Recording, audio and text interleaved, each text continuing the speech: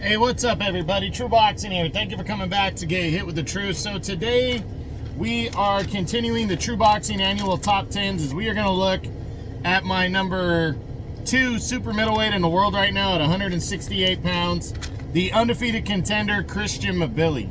Now, before we get into that, if you could smash the like button, leave a comment, or subscribe to the channel, I really do appreciate any and all support that I can get as I continue to build my channel here. So Christian Mbilli entered the year number 9. He was an undefeated fighter on the rise. He was looking really good.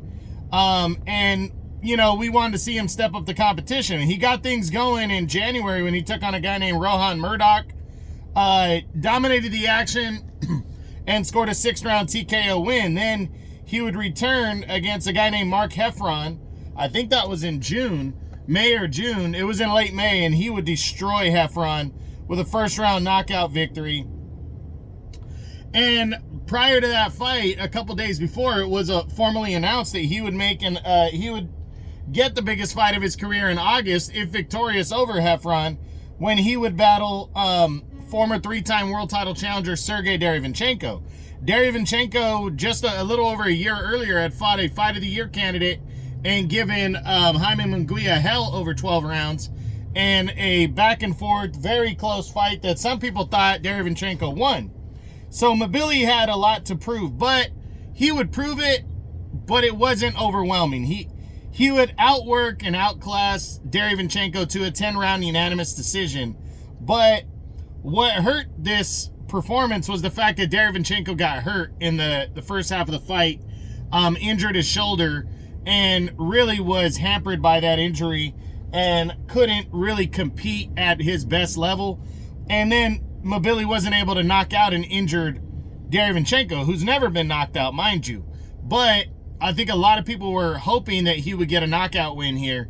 He did beat up Derevyanchenko for 12 rounds, or 10 rounds, but Derevyanchenko finished on his feet. So that put him, kept him as the top tier contender really overall at 168 right now. He and like Diego Pacheco and Jaime Munguia are all rated at the top, but he's got the highest rating of any contender right now. He's currently the WBA and the WBC's #1 ranked contender. He's the WBO's #2 contender, and he's the IBF's #3 contender, who currently doesn't have a #1 ranked contender. They have a #2 in Vladimir Shishkin. So this year, as he enters, he's 28-0 with 23 knockouts, 28 years old, in his physical prime. Is he going to get a title shot this year? That's the big question. The truth is, I don't know. He was ordered by the IBF, whose champion is now William Skull, to fight, I believe it was Diego Pacheco, but Pacheco seemingly is moving on and is the top contender in the WBO now. So, it doesn't look like that fight is likely. Pacheco says he wants a couple big name fights, top tier guys. He just got a win this past weekend over what was his name? Steven Nelson.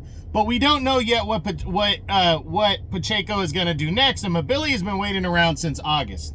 So I believe he's probably going to come back and stay busy, but I really would love to see him in there against one of the top tier guys. Now, I think the IBF is waiting around to see what Canelo does, if Canelo's interested in fighting William Skull for Undisputed, before they order either Shishkin to fight Mbilli in a final eliminator, or order Shishkin and Skull in a rematch. So that's definitely an option. In the WBA, I mean, there's Caleb Plant, who's a WBA interim champion. Would he fight Christian Mbilli? I think Mbilli would take the fight with Caleb Plant, and I got to lean towards the less likely on that one. In the WBC, Jaime Munguia is the #2 contender. He lost back in December. There's Diego Pacheco and Osleys Iglesias. I'm not sure any of those guys would take the fight. Maybe Iglesias would. Would Mbilli take that one? And then in the WBO, Pacheco sitting at #1 with Mbilli and then Berlanga. Mbilli, I don't think he's probably kind of an overlooked, avoided guy, but I don't think I just don't think guys want to take the risk with his style to take him on if they don't have to. So It's going to be interesting to see. Is he going to get a title shot this year? You know, I could very easily see him fighting William Skull for the IBF title next. But I don't know. Right now, I'm about 50-50 on it. Obviously, I don't think he's going to get Canelo. I mean, he could, but I don't think he will.